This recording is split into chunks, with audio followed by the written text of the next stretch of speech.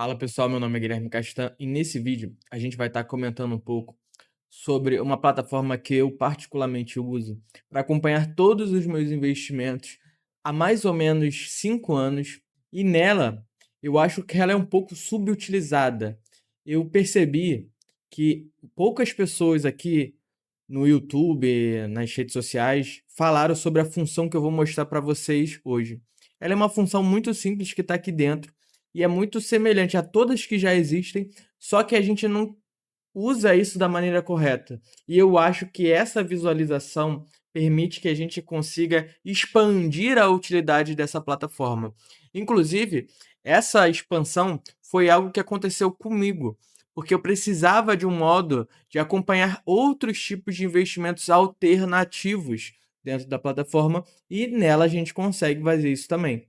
Então vamos aqui para a tela para a gente já falar um pouco sobre essa plataforma, fazer um overview, porque essa plataforma não é minha, mas por eu gostar tanto dela, eu recomendo, mas logo logo eu vou ter a minha também. Então, eu estou sendo aqui sincero com vocês, fazendo uma análise totalmente exclusiva da plataforma, sem ganhar nenhum centavo por isso, porque eu realmente gosto dessa plataforma, ela é muito boa. Então vamos aqui para a tela. Bom, pessoal, vindo aqui para a tela, eu tirei a minha imagem para poder ficar um pouco mais nítido tudo na visão de vocês. E vamos falar aqui sobre o Investidor 10. Nessa plataforma, a gente começa a enxergar um pouco de um viewer de mensagens. O que seria um viewer de mensagens? Seria um hub de notícias, onde você consegue ter noções aqui das ações, indicadores, a gente consegue ter informações de receitas, a gente consegue ter uma visão aqui geral de tudo o que envolve o mundo dos investimentos. Como não só também como notícias, né, a gente pode ver aqui que tem notícias que são as mais lidas, são notícias, importantes ali no dia a dia. Não chega a ser uma plataforma tão robusta assim como o TradingView no que tange a gráficos, análise técnica, tá, mas é uma plataforma bem robusta no que pode se falar sobre investimentos. Então só daqui a gente já consegue fazer um ótimo uma ótima ferramenta para acompanhar nossos próprios investimentos.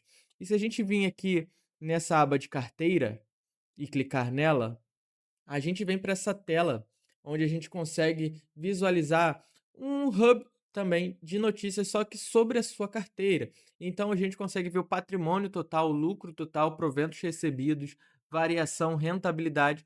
E aí a gente começa a entender que a carteira é um organismo quase que vivo, né? Digamos assim. Essa carteira aqui, ela é uma carteira de teste, então a gente vai estar tratando, nos próximos vídeos, né, sobre algumas carteiras que a gente vai montar em conjunto. Eu mesmo vou colocar dinheiro também junto com vocês e vou mostrar como comprar, vou mostrar as melhores estratégias para a gente compor uma carteira de cunho bem diversificado. A gente vai falar um pouco mais à frente.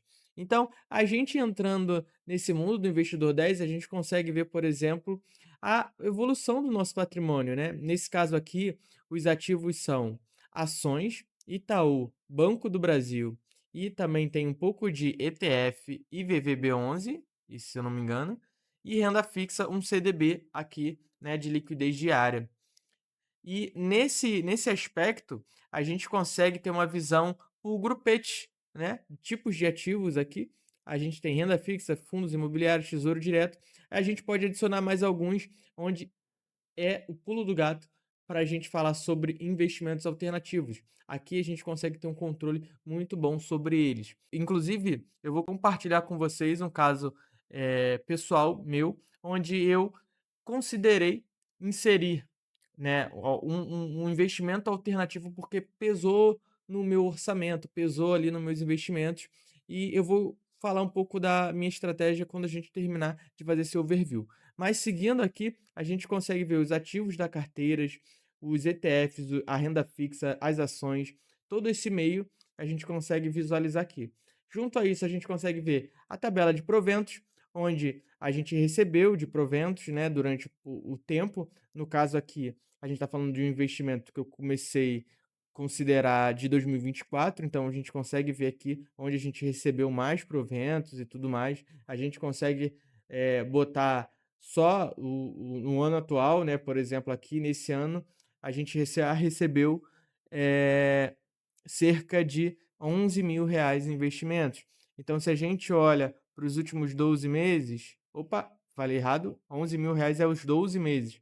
Se a gente pode olhar aqui também para o ano atual, ou seja, ver aqui quanto que vai ser recebido, ou seja, uma estimativa do quanto a gente vai receber lá na frente, e a gente consegue ver isso num histórico mensal aqui, né. A gente percebe que no primeiro ano, em 2024, o total investido pagou no ano R$ 9.000, no segundo ano R$ 16.000, e agora em 2026 já está pagando cerca de R$ 1.000. Então a gente consegue ter essa visão aqui, ver a visão dos pagadores, Itaú e BBS3, né, a gente consegue ter essa visão aqui também.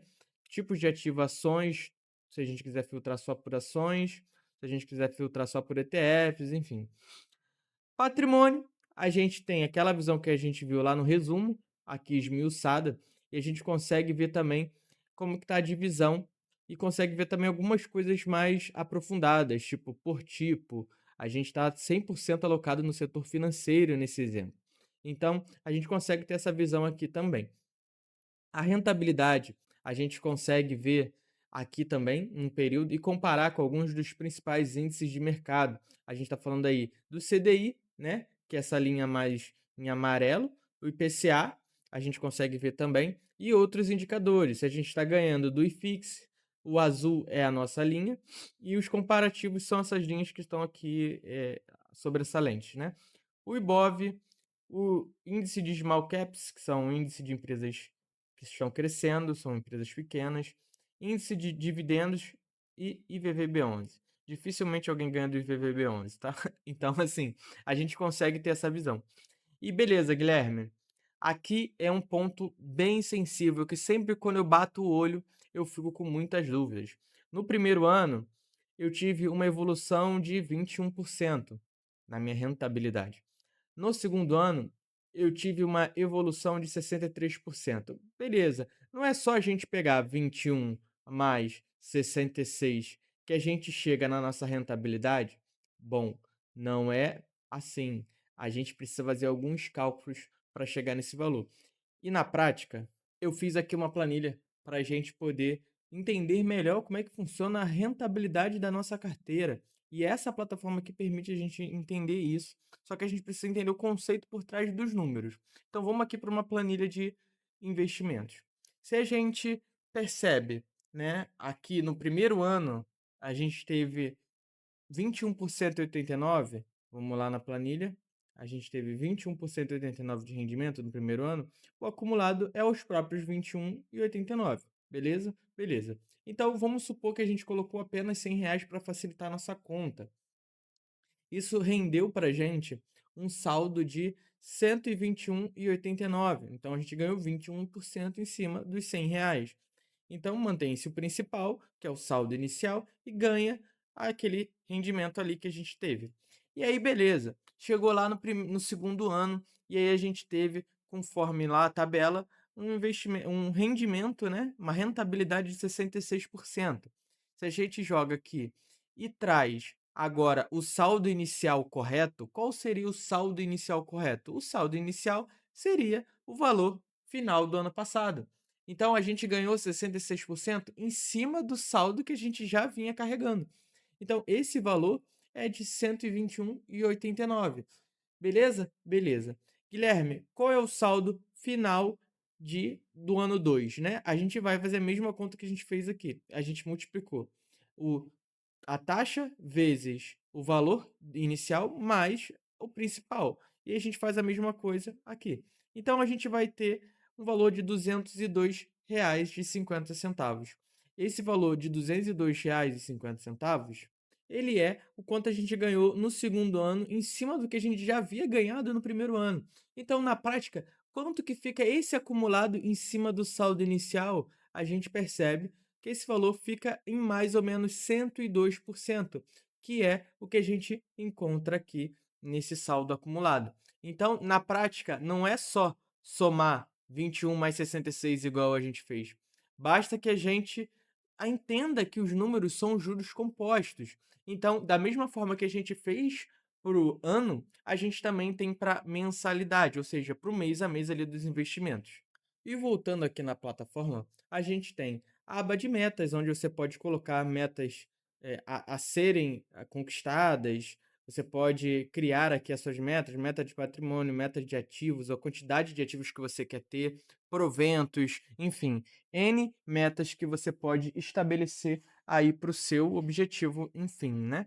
E a gente vai aqui para a parte de análise, é uma parte paga, então a gente vai estudar para a gente não precisar dessas análises, mas são boas sim. Eu recomendo, caso você tenha um pouquinho mais de poder aquisitivo, para poder entrar nessas análises. Aqui que entra o pulo do gato. Nessa aba aqui é aonde a gente vai fazer os lançamentos dos ativos. Então, como vocês podem ver aqui, eu comprei R$ 3.000 nessa simulação, tá? Isso aqui é uma carteira simulada, não representa nenhuma indicação de investimento. No dia 8 de 1 de 2024, tanto que parece que é tudo no mesmo dia certinho, né.